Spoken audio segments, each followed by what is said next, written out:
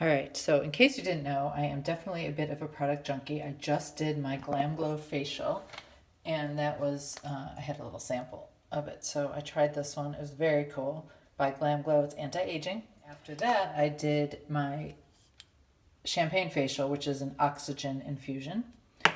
And then I did my Defense, which is an environmental defense product. And then I always use, I love this stuff again. I know when you buy it at the store, they're going to say, you really use that on your face? Yes, I use it on my face because my skin is so dry.